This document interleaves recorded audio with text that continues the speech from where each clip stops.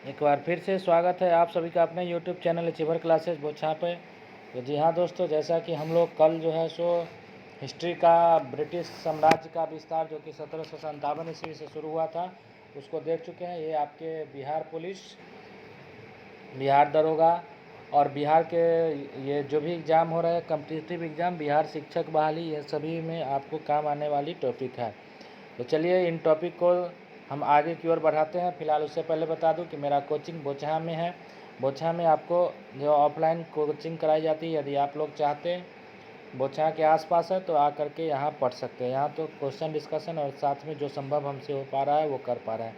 फिलहाल सुबह शाम यहाँ बैच चलता है। यदि आप लोग बोचहा के आसपास है, आपके कोई पड़ोसी सगे संबंधी, ठीक है ना, दाई दियाद गोतिया खानदान ये सब है तो उसको भेज सकते हैं। ठीक है, चलिए तो चलते हैं। ये सब हंसी मजाक की बात, कुछ कुछ होना चाहिए, कुछ कुछ अपना प्रचार भी होना चाहिए। तो चलिए, ठीक है ना, मिलते हैं 60 नंबर क्वेश्चन के साथ। 60 नंबर क्वेश्चन आपके सामने आपके स्क्रीन पे है। 60 नंबर क्वेश्चन कि 1758 में लॉर्ड वेलेस्ली द्वारा प्रस्तावित सहायक संधि को स्वीकार करने वाला जो था वह प्रथम भारतीय शासक कौन था। ठीक है, तो वह प्रथम भारतीय शासक का नाम बताना था। वह है हैदराबाद का नवाब। कौन था? हैदराबाद का नवाब था। ठीक है, नेक्स्ट क्वेश्चन है वेलेस्ली की सहायक संधि को स्वीकार करने वाले भारतीय राज्य कौन कौन थे। वेलेस्ली की सहायक संधि को स्वीकार करने वाले भारतीय राज्य कौन कौन थे? हैदराबाद भी था, मैसूर भी था, अवध भी था, पेशवा भी था और सिंधिया भी था। यानी कि वेलेस्ली का जो सहायक संधि हुआ था, ऐसे भी आपको बताए थे कि सहायक संधि का जनक वेलेस्ली को कहा जाता है। तो वेलेस्ली जो है इसकी सहायक संधि में सभी राज्य था, हैदराबाद, मैसूर, अवध, पेशवा और सिंधिया सभी था। नेक्स्ट क्वेश्चन आपके सामने है व्यक्तिगत सिद्धांत के कारण विख्यात गवर्नर जनरल कौन था। ठीक है ना, व्यापकगत सिद्धांत के कारण जो है यानी कि डॉक्टराइन ऑफ लैप्स के कारण जो है सो विख्यात गवर्नर जनरल कौन था। तो ये था लॉर्ड डलहौजी। कौन था? लॉर्ड डलहौजी। नेक्स्ट है व्यापकगत सिद्धांत के डलहौजी द्वारा विलय किए गए राज्य जो है वह कौन कौन था। ठीक है ना, तो विलय किए गए राज्य जो था वह ये सब था, सतारा, जैतपुर, संभलपुर, उदयपुर, झांसी, ये सब जो है सो उस तरह के विलय किए गए राज्य थे। ठीक है, नेक्स्ट क्वेश्चन 64 नंबर पे हम लोग चलेंगे। अगला क्वेश्चन 64 नंबर आपके सामने है कि डलहौजी द्वारा झांसी का विलय कब किया गया था। ठीक है ना, डलहौजी द्वारा झांसी का विलय कब किया गया था। तो डलहौजी द्वारा झांसी का विलय किया गया था 1853 में। कब किया गया था? 1853 में। नेक्स्ट आगे आपके सामने है कि डलहौजी द्वारा किस राज्य का विलय कुशासन के आरोप में किया गया था। किस राज्य का जो विलय है वह कुशासन के आरोप में किया गया था। तो अवध पर आरोप लगा दिया था कुशासन का और उसको जो है सो विलय करा लिया गया था। नेक्स्ट सवाल आपके सामने है डलहौजी द्वारा 66 नंबर सवाल, डलहौजी द्वारा अवध का ब्रिटिश साम्राज्य में विलय कब किया गया। ठीक है ना, तो अवध को कब मिलाया गया था दोस्तों? तो देखिएगा 1856 में। अवध को कब मिलाया गया था? 1856 में। नेक्स्ट क्वेश्चन है, अगला क्वेश्चन बंगाल का गवर्नर जनरल पहला कौन था। ठीक है ना, तो बंगाल का पहला गवर्नर जनरल था वारेन हेस्टिंग्स। कौन था? Warren Hastings. बंगाल का पहला गवर्नर जनरल था वारेन हेस्टिंग। नेक्स्ट क्वेश्चन है अगला कि किस एक्ट के तहत वारेन हेस्टिंग को बंगाल का गवर्नर जनरल बनाया गया था। तो रेगुलेटिंग एक्ट 1773 के तहत वारेन हेस्टिंग को बंगाल का गवर्नर जनरल बनाया गया था। किस एक्ट के तहत? तो रेगुलेटिंग एक्ट 1773 के तहत जो है सो बनाया गया था। किस एक्ट के तहत? Regulating act 1773। नेक्स्ट अगला सवाल, अगला सवाल है किस गवर्नर जनरल के काल में कलकत्ता में एक उच्च न्यायालय की स्थापना की गई थी। तो कलकत्ता में एक उच्च न्यायालय की स्थापना जो है वह कब की गई थी। तो यह किए गए थे किसके काल में? वारेन हेस्टिंग के काल में, लॉर्ड वारेन हेस्टिंग के काल में। और यह कब हुआ था? ये अगला क्वेश्चन आपके सामने ही रहा कि कलकत्ता में जो है उच्च न्यायालय की स्थापना कब हुआ था? 1774 ईस्वी में। कब हुआ था? 1774 ईस्वी में और वारेन हेस्टिंग के काल में हुआ था। नेक्स्ट क्वेश्चन अगला सामने, किस गवर्नर जनरल ने मुगल सम्राट को मिलने वाली वार्षिक पेंशन को बंद करवा दिया था। यानी कि गवर्नर जनरल को जो पेंशन मिल रहा था, ठीक है ना, वह क्या बोलते हैं कि मुगल सम्राट को मिलने वाली जो वार्षिक पेंशन था उसको किसने बंद करवाया था? तो उसको भी बंद करवाने का काम यही बेचारे किए थे, ठीक है ना, वारेन हेस्टिंग ने। किसने किया था? वारेन हेस्टिंग ने। अगला है कि निम्नलिखित में से किस गवर्नर जनरल पर ब्रिटिश पार्लियामेंट में महाभियोग चलाया गया था? तो ब्रिटिश पार्लियामेंट में वारेन हेस्टिंग पर महाभियोग चलाया गया था। किस पर चलाया गया था? वारेन हेस्टिंग्स पर, ठीक है ना। नेक्स्ट सवाल, भारत में नागरिक सेवा का जनक किसे कहा जाता है? तो भारत में नागरिक सेवा का जनक लॉर्ड कॉर्नवालिस को कहा जाता है। किसको कहा जाता है? लॉर्ड कॉर्नवालिस को। भारत में नागरिक सेवा का जनक कहा जाता है लॉर्ड कॉर्नवालिस को। नेक्स्ट क्वेश्चन है, भारत में भूमि कर की अस्थायी बंदोबस्त व्यवस्था का जनक कौन था? भूमि कर की जो अस्थायी बंदोबस्त व्यवस्था था, इसका जनक किसको माना जाता है? तो इसका भी जनक माना जाता है लॉर्ड कॉर्नवालिस को। किसको माना जाता है? लॉर्ड कॉर्नवालिस को। नेक्स्ट सवाल आपके सामने फिर से आ रहे हैं 75 नंबर सवाल के साथ। चलिए 75 नंबर सवाल आ रहा है कि किस गवर्नर जनरल ने कंपनी ने कर्मचारियों के व्यक्तिगत व्यापार पर पाबंदी लगा दी थी? सोचिए ऑप्शन आप लोग कि व्यक्तिगत जो है पाबंदी लगा दिया था, वो किसने लगा दिया था? तो यह लगाया था लॉर्ड कॉर्नवालिस ने। किसने लगाया था? लॉर्ड कॉर्नवालिस ने लगाया था। किसने लगाया था? लॉर्ड कॉर्नवालिस ने। नेक्स्ट क्वेश्चन है, भूमि की अस्थायी बंदोबस्त व्यवस्था का आरंभ कब किया गया था? भूमि की अस्थायी बंदोबस्त व्यवस्था का आरंभ किया गया था 1793 में। कब किया गया था? 1793 में, ठीक है। नेक्स्ट सवाल की ओर चलते हैं। अगला है, अंग्रेजों एवं नेपाल के मध्य सुगौली की संधि, एक प्रसिद्ध संधि के नाम से जाना जाता है, ठीक है ना। तो सुगौली की संधि जो हुआ था वो 1816 में हुआ था। कब हुआ था? 1816 में। अंग्रेजों एवं नेपाल के मध्य सुगौली की संधि हुआ था 1816 में। सुगौली की संधि कब हुआ था? 1816 में, ठीक है। नेक्स्ट सवाल है, पिंडारियों के दमन का श्रेय किस गवर्नर जनरल को प्राप्त है? ठीक है ना। पिंडारियों के दमन का श्रेय जो है सो वह लॉर्ड हेस्टिंग्स को प्राप्त है। किसको प्राप्त है? लॉर्ड हेस्टिंग्स को, ठीक है। नेक्स्ट सवाल 79 नंबर, भूमि कर की रैयतवारी एवं महालवारी व्यवस्था का आरंभ किस गवर्नर जनरल के काल में हुआ था? तो ये जो हुआ था वो लॉर्ड हेस्टिंग्स के काल में हुआ था। किसके काल में हुआ था? लॉर्ड हेस्टिंग्स के काल में हुआ था, ठीक है। नेक्स्ट सवाल की ओर चलेंगे हम लोग। 1833 ईस्वी के चार्टर एक्ट के तहत बंगाल के गवर्नर जनरल अब भारत का गवर्नर जनरल कहलाने लगा। 1833 ईस्वी में 1833 के एक्ट के तहत भारत का पहला गवर्नर जनरल कौन था? ठीक है ना। तो भारत के पहला गवर्नर जनरल थे लॉर्ड विलियम बेंटिक। कौन थे? Lord William Bentinck. नेक्स्ट है, भारत का पहला वायसराय कौन था? ठीक है ना। तो भारत का पहला वायसराय था लॉर्ड कैनिंग, ठीक है। उसके बाद नेक्स्ट है, सती प्रथा का अंत किसने किया था? तो लॉर्ड विलियम बेंटिक ने। किसने किया था? लॉर्ड विलियम बेंटिक ने। सती प्रथा का अंत किया था लॉर्ड विलियम बेंटिक ने किया था। किसने किया था? लॉर्ड विलियम बेंटिक ने किया था। नेक्स्ट है, सती प्रथा को कब जो है सो प्रतिबंधित किया गया था? 83 नंबर सवाल आपके सामने है, आप जवाब इसका सोच सकते हैं। तो सती प्रथा को 1829 में प्रतिबंधित किया गया था। कब किया गया था? 1829 में। 84 नंबर सवाल है, ठगी प्रथा का उन्मूलन किस गवर्नर जनरल के काल में हुआ था? तो ये हुआ था लॉर्ड विलियम बेंटिक के काल में। किसके काल में हुआ था? लॉर्ड विलियम बेंटिक के काल में, ठीक है ना। उसके बाद है, ठगी प्रथा का उन्मूलन किया किसने था? तो यह किया था कर्नल स्लीमन ने। किसने किया था? कर्नल स्लीमन ने। ठगी प्रथा का उन्मूलन किया था कर्नल स्लीमन ने, ठीक है ना। 1835 ईस्वी में 86 नंबर क्वेश्चन है कि 1835 में कलकत्ता में मेडिकल कॉलेज की नींव किसने रखी थी? कलकत्ता में मेडिकल कॉलेज की नींव किसने रखी थी? तो रखी थी लॉर्ड विलियम बेंटिक ने। किसने रखी थी? लॉर्ड विलियम बेंटिक ने। नेक्स्ट सवाल है 87 नंबर, आधुनिक काल में कलकत्ता से दिल्ली तक ग्रैंड ट्रंक रोड का निर्माण जो है किस गवर्नर जनरल के काल में हुआ था? ठीक है ना। तो कलकत्ता से दिल्ली तक ग्रैंड ट्रंक रोड का निर्माण जो है सो किस गवर्नर जनरल के काल में हुआ था? ये हो रहा था लॉर्ड ऑकलैंड के काल में। किसके काल में हुआ था? लॉर्ड ऑकलैंड के काल में। किसके काल में? लॉर्ड ऑकलैंड के काल में।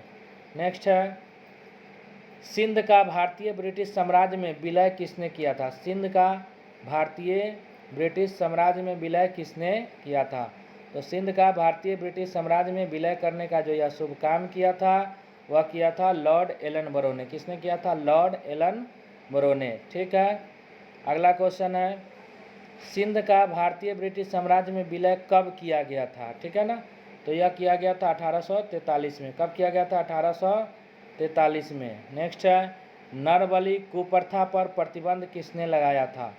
नरबली कुप्रथा पर प्रतिबंध किसने लगाया था? लॉर्ड हार्डिंग ने लगाया था। किसने लगाया था?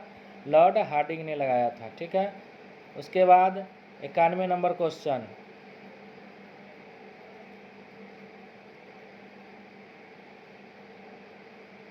भारत में रेलवे का जनक किसको माना जाता है? ठीक है, तो 91 नंबर क्वेश्चन है, भारत में रेलवे का जनक माना जाता है लॉर्ड डलहौजी को। किसको माना जाता है? लॉर्ड डलहौजी को। भारत में रेलवे का जनक माना जाता है लॉर्ड डलहौजी को। नेक्स्ट सवाल, भारत में पहली रेल कब चलाई गई थी? तो भारत में पहली रेल 1853 में चलाई गई थी। कब चलाई गई थी? 1853 में। अगला सवाल आपके सामने रहा, भारत में पहली रेल कहाँ से कहाँ तक चलाई गई थी? ठीक है ना, तो पहली रेल बम्बई से थाने तक चलाई गई थी। कहाँ से कहाँ तक? बम्बई से थाने तक चलाई गई थी। अगला सवाल, भारत में डाक टिकटों का प्रचलन जो है किसने किया था? तो भारत में डाक टिकटों का प्रचलन किया था लॉर्ड डलहौजी ने। किसने किया था? लॉर्ड डलहौजी। भारत में डाक टिकटों का प्रचलन किया था लॉर्ड डलहौजी ने। ठीक है, नेक्स्ट है कि भारत में पृथक रूप से पहली बार सार्वजनिक निर्माण विभाग की स्थापना जो है वह किसने किया था? लॉर्ड डलहौजी ने। किसने किया था? लॉर्ड डलहौजी ने। भारत में पृथक रूप से पहली बार सार्वजनिक निर्माण विभाग की स्थापना किया था लॉर्ड डलहौजी ने। नेक्स्ट सवाल है मिलाने वाला, सती प्रथा पर प्रतिबंध लगाया था। सती प्रथा पर जो प्रतिबंध लगाने का ये शुभ काम किए थे, ठीक है ना, ये लॉर्ड विलियम बेंटिक किए थे। कौन किए थे? Lord William Bentinck. नरबली प्रथा पर प्रतिबंध लगाए थे लॉर्ड हार्डिंग। कौन लगाया था? Lord Harding. और ठगी प्रथा का उन्मूलन किया था कर्नल स्लीमन। किसने किया था? कर्नल स्लीमन ने। और पिंडारियों का दमन किया था लॉर्ड हेस्टिंग ने। पिंडारियों का दमन किया था किसने? लॉर्ड हेस्टिंग ने। पिंडारियों का दमन लॉर्ड हेस्टिंग ने किया था। ठीक है, अगला सवाल की ओर चलते हैं, सुमेलित करना है फिर। ठीक है, चलिए अगला सवाल की ओर चलते हैं, सुमेलित करना है। कहता है बंगाल का प्रथम गवर्नर कौन था? ठीक है ना, तो बंगाल का प्रथम गवर्नर था रॉबर्ट क्लाइव। कौन था? Robert Clive. उसके बाद बंगाल का प्रथम गवर्नर जनरल कौन था? तो गवर्नर जनरल था वारेन हेस्टिंग। ठीक है ना, प्रथम गवर्नर था रॉबर्ट क्लाइव और प्रथम गवर्नर जनरल था वारेन हेस्टिंग। और भारत का प्रथम गवर्नर जनरल कौन था? तो भारत का प्रथम गवर्नर जनरल था लॉर्ड विलियम बेंटिक। और भारत का प्रथम वायसराय था लॉर्ड केनिंग। ठीक है ना, ये सब सवाल पीछे भी आया है, इसलिए चलिए इसको इसे ज़्यादा देखना है क्योंकि इसमें कन्फ्यूजन बहुत होता है। ठीक है ना, तो कन्फ्यूजन को दूर करते हुए आगे की ओर चलते हैं। ठीक है, अगला सवाल आपके सामने आपके स्क्रीन पर ये रहा 98 नंबर कि इंडियन पिनल कोड सिविल, ठीक है ना, Indian penal code, civil procedure code और क्रिमिनल प्रोसीजर कोड किसके समय में पारित किया गया था? तो ये 98 नंबर सवाल है। ठीक है, बताइए किसके समय में पारित किया गया था? तो ये किया गया था लॉर्ड केनिंग के समय में। किसके समय में पारित किया गया था? लॉर्ड केनिंग के समय में। अगला सवाल है भारत में पहली बार आयकर किसके समय में लगाया गया था? ठीक है ना, तो भारत में पहली बार आयकर, तो आयकर लगाया था लॉर्ड केनिंग के समय में। किसके समय में? लॉर्ड केनिंग के समय में लगाया गया था। और कब लगाया गया था? 1860 में। कब लगाया था? 1860 में। और यह सर्वप्रथम यह आय जो लगाने का जो आयकर लगाने का जो सुझाव दिया था वह किसने दिया था? ठीक है ना, तो सुझाव दिया था विल्सन ने। किसने दिया था? विल्सन ने सुझाव दिया था, विल्सन ने। लगाया गया था 1860 में, लगाया था लॉर्ड केनिंग। ठीक है, तो चलिए अगला सवाल की ओर चलते हैं।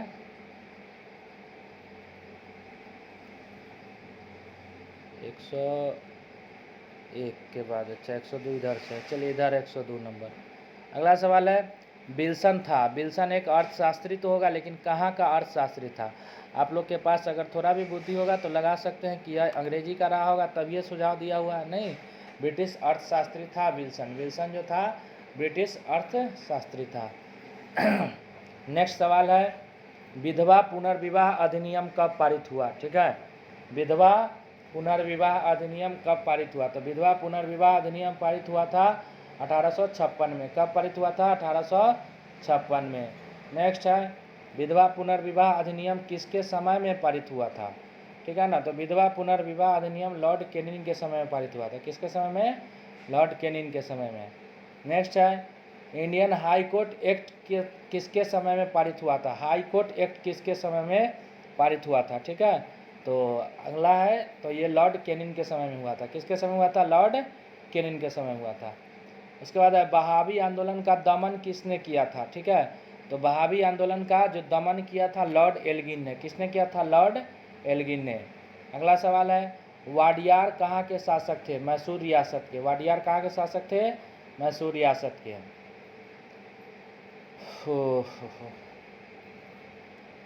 चलिए अगला सवाल हम देखेंगे कि रिंग फेंस पॉलिसी सुरक्षा के घेरे की नीति संबंधित है किससे? रिंग फेंस पॉलिसी संबंधित है वारेन हेस्टिंग्स से। किससे संबंधित है?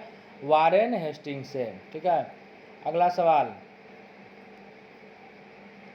बंगाल के किस गवर्नर के समय सरकारी खजाना मुर्शिदाबाद से कोलकाता स्थानांतरित किया गया? तो ये किया गया था वारेन हेस्टिंग के समय। किसके समय किया गया था? वारेन हेस्टिंग के समय किया गया था। अगला सवाल है, गोंद प्रथा पर प्रतिबंध लगाने वाला प्रथम गवर्नर कौन था? ठीक है, गोंद प्रथा पर जो है क्या कहते हैं कि प्रतिबंध लगाने वाला प्रथम गवर्नर कौन था? लॉर्ड डलहौजी। कौन था? लॉर्ड डलहौजी। नेक्स्ट सवाल है, डलहौजी के व्यपगत सिद्धांत का पहला शिकार कौन हुआ था? ये बात थोड़ा सा पहले अभी पढ़े हैं कि व्यपगत सिद्धांत का पहला जो हुआ था वो हुआ था सतारा।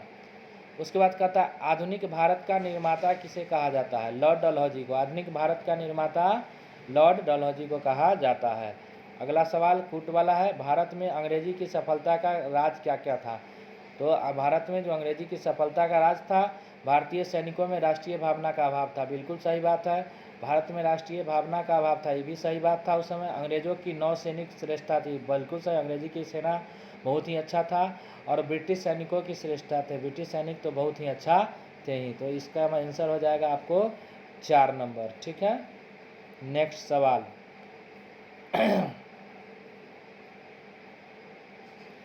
किस वीर सेनानी ने घोषणा कर रखी थी कि वह अंग्रेज को पहले आरकाट से निकाल कर बाहर करेगा और अंततः भारत से? ठीक है ना, यह किस वीर सेनानी ने जो है सो यह घोषणा की रखी थी? तो बताइए आप लोग। हैदर अली ने। किसने रखा? हैदर अली ने यह सोच रखा था कि वह अंग्रेज को पहले आरकाट जो जगह था उससे निकाल कर बाहर करेगा और अंततः भारत से। ठीक है ना, हैदर अली ने। किसने कहा था कि मैं अंग्रेजों में के स्थल साधनों को समाप्त कर सकता हूं परंतु समुद्र को तो नहीं सुखा सकता हूं? ये कथन किसका था? बताइए। ये भी कथन था बेचारे हैदर अली का कि मैं अंग्रेजों के स्थल साधनों को तो समाप्त कर सकता हूं, ठीक है ना, लेकिन जो है समुद्र को तो नहीं सुखा सकता हूं। ये भी कथन उसी का था। अगला सवाल आपके सामने 16 नंबर सवाल, 116 नंबर सॉरी। 1857 के पश्चात ब्रिटिश नीति संबंधित महारानी विक्टोरिया की घोषणा 1 नंबर 1858 को इलाहाबाद में किसने पढ़ करके सुनाया था? ठीक है ना, ये बहुत ही फेमस क्वेश्चन, लॉर्ड कैनिंग ने सबसे पहले पढ़ करके सुनाया था। अंग्रेजों ने सैनिक का विद्रोह जिस श्वेत विद्रोह कहा गया है, जिसे श्वेत विद्रोह कहा गया है, किसके समय में हुआ था? सैनिकों का विद्रोह जिसे श्वेत विद्रोह कहा गया है, यह किसके समय में हुआ था? रॉबर्ट क्लाइव के समय में हुआ था। किसके समय हुआ था? रॉबर्ट क्लाइव के समय हुआ था। ठीक है, नेक्स्ट सवाल, किस गवर्नर जनरल को बंगाल का शेर कहा जाता था? तो किस गवर्नर को? लॉर्ड बेलेंजली को बंगाल का शेर कहा जाता था। ठीक है, फिर से एक कल वाला क्वेश्चन, रिपीटेड क्वेश्चन, चलिए इसको मिला लीजिए। मिलाना है। पलासी का युद्ध हुआ था 1757 में, बक्सर का युद्ध हुआ था 1764 में, वांडीवासा की लड़ाई 1760 में और बेदरा का युद्ध 1759 में। ये रिपीट कल वाला क्वेश्चन हो गया। चलिए फिर से देख लीजिएगा एक बार।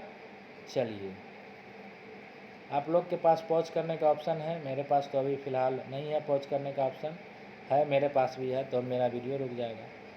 कर्नाटक में के प्रभुत्व को लेकर के संघर्ष हुआ था, किसके बीच हुआ था? ठीक है ना, तो कर्नाटक में बहुत जो है लड़ाई हुआ था, वह अंग्रेजों और फ्रांसीसियों के बीच हुआ था। ठीक है ना, प्रथम कर्नाटक युद्ध 1746 से 48 का अंत किस संधि के तहत हुआ था?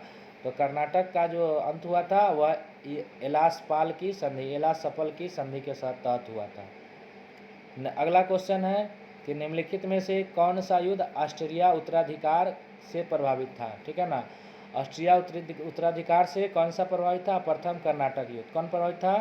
प्रथम कर्नाटक युद्ध। ठीक है ना। अगला है कौन सा युद्ध ऑस्ट्रिया प्रशा के बीच हुए सप्तवर्षीय युद्ध का एक ही अंश था? सप्तवर्षीय युद्ध का एक ही अंश जो था वह था तृतीय कर्नाटक युद्ध। कौन सा युद्ध? तृतीय कर्नाटक युद्ध। उसके बाद है मिलाना है कि प्रथम कर्नाटक युद्ध किस संधि के तहत खत्म हुआ, दूसरा किस संधि के तहत और तीसरा किस संधि के तहत जो है सो खत्म हुआ था। तो चलिए इसको मिलाते हैं। प्रथम कर्नाटक युद्ध हुआ, अभी पढ़े थे, एलासपल की संधि के तहत खत्म हुआ था। ठीक है ना, किसके तहत? एलासपल की संधि के तहत खत्म हुआ था। उसके बाद द्वितीय कर्नाटक युद्ध पांडिचेरी की संधि के तहत खत्म हुआ था। द्वितीय पांडिचेरी की संधि के तहत खत्म हुआ था। और तृतीय कर्नाटक युद्ध पेरिस के संधि के तहत खत्म हुआ था। और इस प्रकार से ठीक है ना आपका ये ब्रिटिश क्या बोलते हैं शासन जो था 1757 से, ब्रिटिश क्रांति की बात थी, 1757 से 1857 तक हम कर पाए। अगला वीडियो में हम देखेंगे मराठा साम्राज्य, उसके बाद भारतीय आंदोलन की जो कुछ चर्चा 1857 का विद्रोह है उसको देखेंगे। तब तक के लिए अलविदा, फिर मिलेंगे। इसी तरह आप लोग अगर चैनल पर नए हैं तो चैनल को एक बार सब्सक्राइब कर दीजिए, बेल बटन दबा दीजिए ताकि आपको पल पल की अपडेट मिलती रहे। ठीक है। और वही बात बोले कि पड़ोसिया गोतिया दियादिन, ठीक है ना, अगर बोछा के आसपास के है तो सबको जो है सो भेजने का कृपया करेंगे। ठीक है ना। यहाँ जो है जनरल कंपटीशन की, सारे जनरल कंपटीशन की तैयारी, banking, SSC, railway, Bihar police, दरोगा, इस सब की तैयारी कराई जाती है। मिलते हैं फिर से नेक्स्ट वीडियो में, तब तक के लिए अलविदा, बाय बाय।